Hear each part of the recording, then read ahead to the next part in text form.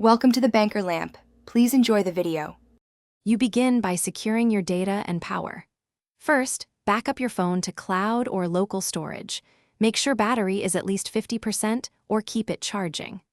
Once done, note the current OS version and any carrier or boot locks. This matters for rollback compatibility.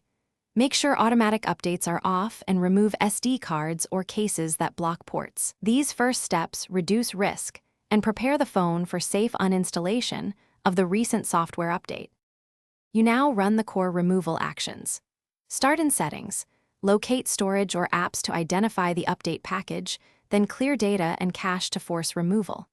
If your phone supports a rollback, reboot into recovery mode using the OEM key combo and select the uninstallation or factory image rollback option. This restores the prior build.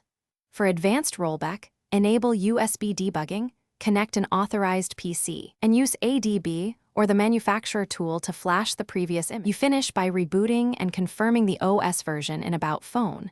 Then selectively restore your backup and re-enable settings to verify stability. If you encounter crashes or boot loops, make another backup if possible, then perform a factory reset or reflash the official firmware to return to a clean state.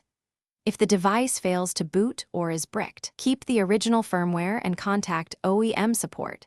This one key troubleshooting tip often saves time and preserves warranty options.